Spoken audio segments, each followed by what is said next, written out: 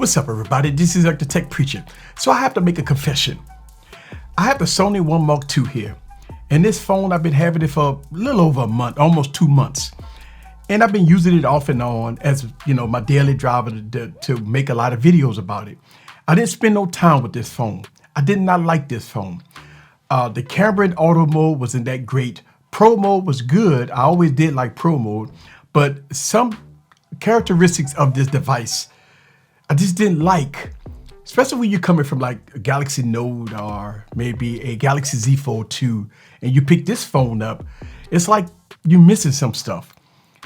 But I received some updates and I spent some time with the Sony One Mark II, and I'm gonna tell you, my thoughts have changed. Let me explain. Sit back and relax and get your popcorn ready and follow me on this journey. Let's go.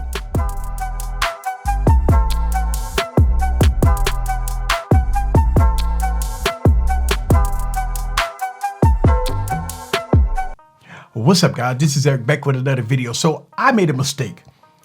I didn't give the Sony One Mark II a fair shake. When I first got this device, I was looking for more. When you read the specs, 865 processor, 8 gigs of RAM, 256 gigs of storage, SD card support. You got triple cameras on the back, 12 megapixels. You got a time of flight camera. You got a beautiful design, but I wanted more. When you're looking at a Galaxy Note or Galaxy Z Fold 2, you want more when you pick up a phone that costs $1,200. And so when I picked this phone up, I wanted more. And before the updates, this phone did not deliver. I just felt that this phone did not deliver. But spending time with the Sony One Mark II, it changes my mind a little bit, because I look at this device as more catered to the prosumer and not the average consumer. Because in the beginning, if the average consumer picked this device up and opened up the camera app, the regular camera app on this device was not that great before the updates. But as of me using this phone, giving it a fair shake, getting the updates, looking how Sony have tweaked the camera app, it is fine-tuned now. And it's great. Look, I've said this in a lot of my previous videos that I did not like the way the Sony One Mark II camera, the regular camera app is. So the Sony One Mark II has 3 camera apps. You have the regular camera app, you have a Cinema Pro app, and you have a Photos Pro app. Now, 2 of those apps, the Cinema Pro app and the Photos Pro app, is for prosumers. It's for people that want to, tinker around with the ISO and every different elements of the lenses and stuff like that. It's a pro app that you want to dial in all your exposure and stuff like that to get the perfect shot. The average consumer just going to open up the regular camera app to take shots. Before the update, I would tell you that I did not like the footage that was coming out of this camera. Now, when I do camera reviews on this YouTube channel, I always use the regular camera app to give it a fair shake. And I found that the Sony One Mark II the regular camera app, it was not doing it for me.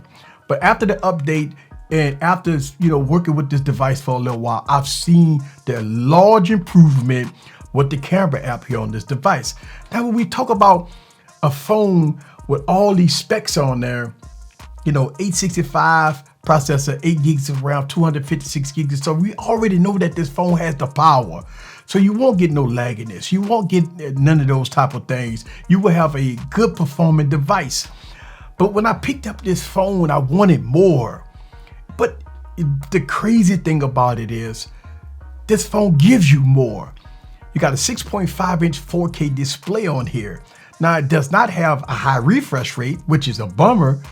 But looking at 4K content on this device is next to none. And let me show you a 4K video here. And when you're looking at 4K content on this phone, it is this absolutely gorgeous, deep blacks, good color representation. This phone here display is top notch, and you don't have no cutouts at the top, no notches, no nothing. You get a full screen experience, and I think that's good for Sony. What's wrong with this phone? Nothing. Nothing wrong with this phone. Not only nothing wrong with this phone, I didn't give this phone a fair shake. This phone have a headphone jack. Listen, man, headphone jack era is going away, but Sony and LG are the ones that's keeping around the headphone jack. So mad salute to them. And the reason why I believe they're keeping the headphone jack is because the prosumer, when shooting videos, can use external mics. Oof.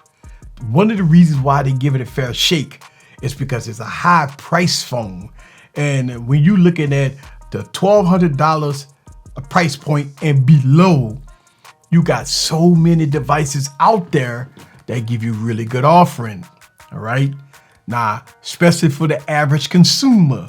For the average consumer, you could get a $450 device in the used market, or I've seen this device on sale for $549 on a Samsung website. You could get a very good experience, big time experience with this device compared to this device. When you're looking at both of these phones is catered to two different people. This is the average consumer phone. This is a prosumer phone. When I talk about prosumer, I'm talking about people that look at things differently from an average consumer. I'm talking about people that would never go into the stock camera app. They will always go into pro mode.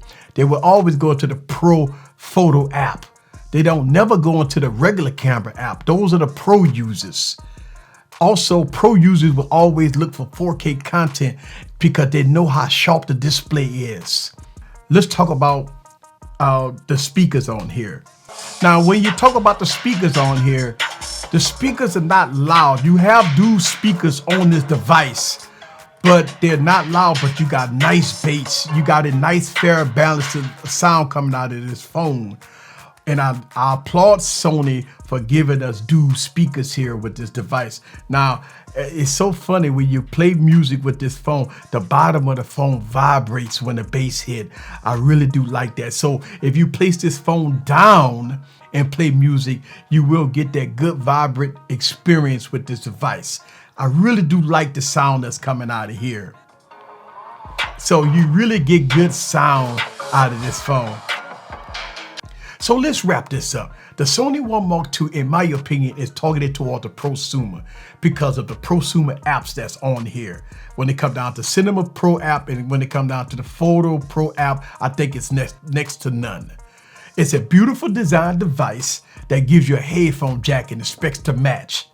And I believe that this phone is really good. Again, one of the hugest cons with this device is the price. You could probably find it cheaper now, but the price and the refresh rate, in my opinion, but it's still one of the best displays that I ever saw on the device. This is Eric the Tech Preacher from Easy Computer Solutions. Whew. Sony One Mark II, I wanted to give it a fair shake. I believe that this device is a good phone for the high, hefty price, but it has a lot of competition in between.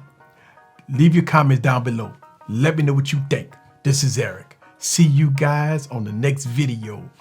Peace.